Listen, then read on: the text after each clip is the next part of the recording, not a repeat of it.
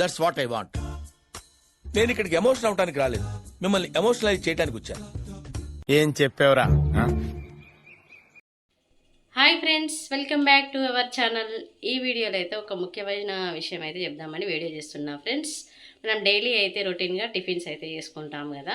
దాంట్లో జనరల్గా కొంతమంది ఏం చేస్తారంటే దోసకైనా ఇడ్లీ అయినా సింపుల్గా చేస్తారు. బియ్యం నానబెట్టి ఓన్లీ మినపప్పు నానబెట్టి మిక్సీ పట్టి దోశ వేస్తారు. అలా కాకుండా నేనైతే హెవీ ప్రోటీన్ అందేటట్టు అయితే చేసుకుంటాను ఫ్రెండ్స్. అది ఏ విధంగానో ఈ వీడియోలో అయితే చూద్దాం ఫ్రెండ్స్, ఓకేనా?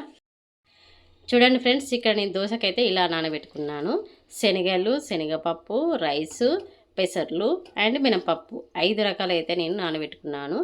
చూడండి, పప్పులలో అయితే హెవీ ప్రోటీన్ ఉంటుంది కదా. మనం మామూలుగా అయితే రైసును ఓన్లీ మినపప్పు అయితే పెద్దగా ఏమి ఉండదు బలం అనేది.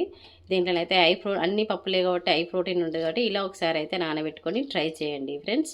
మా పిల్లలు అయితే పప్పు తినడానికి ఇష్టపడరు, కాకపోతే ఇలా దోశ వేస్తే మాత్రం వాళ్ళకి తెలియకుండానే బాగుందని తినేస్తారు. అందుకనే వాళ్ళు పప్పు తినరు కాబట్టి నేను ఈ విధంగా ట్రై చేస్తాను. పిల్లలు మనం తింటలేం కదా అని వదిలేస్తే ఆ విధంగానే అయిపోతుంది. వాళ్ళు తినే విధంగా మనం రకరకాలుగా ట్రై చేసి పెడితేనే వాళ్ళు హెల్తీగా ఉంటారు ఫ్రెండ్స్.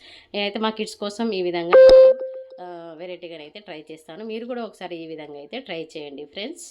ఇంకా మన ఛానల్ చూసేవాళ్ళు లైక్ చేస్తారు, ఎక్కువగా సబ్స్క్రైబ్ కూడా చేసుకుంటారు ఫ్రెండ్స్. నేను ఇంకా మంచి మంచి ఫుడ్ వీడియోలు, కామెడీ వీడియోలు అన్ని వీడియోస్ చేసి పెడతాను. మన ఛానల్ అయితే సబ్స్క్రైబ్ చేసుకోండి ఫ్రెండ్స్.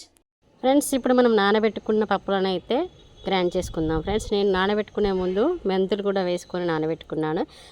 దోశ అయితే రెడ్ అండ్ క్రిస్పీగా వస్తుంది. ఒకసారి అయితే ఇలా ట్రై చేయండి మెంతులు వేసుకొని. చూడండి, పిండి అయితే ఆ విధంగా నేను గ్రైండ్ చేసుకున్నాను.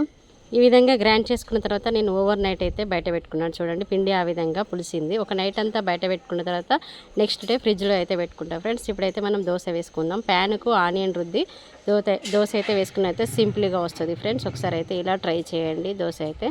దోశ వేసేటప్పుడు ఆయిల్ వేయకుండా పర్లేదు, ఆనియన్ రుద్దితే ఈజీగా వచ్చేస్తుంది. ఈ విధంగానైతే ఒకసారి ట్రై చేయండి. చూడండి, దోశ అయితే ఎంత రెడ్గా వచ్చిందో, చాలా అంటే చాలా హోటల్ స్టైల్లో వస్తుంది ఫ్రెండ్స్. ఒకసారి అయితే ఇలా ట్రై చేయండి.